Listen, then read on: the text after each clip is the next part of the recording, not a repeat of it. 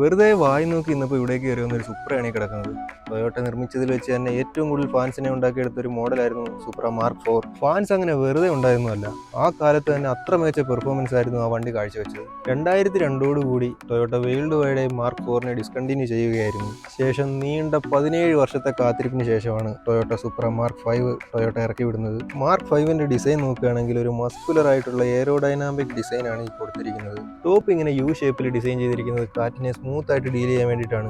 ഇവനെ കാണുമ്പോൾ നമുക്ക് മൊത്തത്തിൽ ഒരു കുഞ്ഞൻ വണ്ടി പോലെ ഫീൽ ചെയ്യും, പക്ഷേ ഒരു സ്പോർട്സ് കാർ എന്ന നിലയിൽ നോക്കുമ്പോൾ ഇത്രയും വലുപ്പമൊക്കെ ധാരാളമാണ്. ഇനി ഇവന്റെ എഞ്ചിനെ പറ്റി പറയുകയാണെങ്കിൽ BMW എഞ്ചിനാണ് ഇതിൽ വരുന്നത്. അതായത് BMW C4ൽ വരുന്ന same engine. 3 litre inline 6 cylinder എഞ്ചിനാണ്. 382 horse power, 497 newton of torque, 0-100 വെറും 3.9 സെക്കൻഡ്സ്. ഇവന് ടൊയോട്ട കൊടുത്തിരിക്കുന്ന ഒരു ട്രാക്ക് ഫോക്കസ്ഡ് ഡിസൈനാണ്. അതുകൊണ്ട് തന്നെ വെയിറ്റ് ഡിസ്ട്രിബ്യൂഷനൊക്കെ പക്കയാണ്. 50-50ലാണ് ചെയ്തിരിക്കുന്നത്. 8 സ്പീഡ് ഓട്ടോമാറ്റിക് ട്രാൻസ്മിഷനും അതുപോലെ തന്നെ 6 സ്പീഡ് മാനുവൽ ഇന്റലിജന്റ് ട്രാൻസ്മിഷനും അവൈലബിൾ ആണ്. ചുരുക്കി പറഞ്ഞാൽ ഈ കിടക്കുന്ന ഒരു ജർമ്മൻ ഹാർട്ടുള്ള ജാപ്പനീസ് ബ്യൂട്ടിയാണ്. പേഴ്സണലി എനിക്ക് ഒരുപാട് ഇഷ്ടമുള്ള ഒരു വണ്ടിയാണ് സുപ്ര. മാർക്ക് 5നേക്കാൾ മാർക്ക് 4നോടാണ് കുറച്ചുകൂടി ഇഷ്ടം. സുപ്രയുടെ ഈ വീഡിയോ നിങ്ങൾക്ക് ഇഷ്ടമായെങ്കിൽ ലൈക്ക് ചെയ്യാൻ മറക്കല്ലേ. ഇതുപോലുള്ള കൂടുതൽ വീഡിയോസിനായി നമ്മുടെ ചാനൽ സബ്സ്ക്രൈബ് ചെയ്ത് വെച്ചാലേ മറ്റൊരു വണ്ടിയുടെ വിശേഷങ്ങളുമായി പുതിയൊരു വീഡിയോയിൽ വരാം.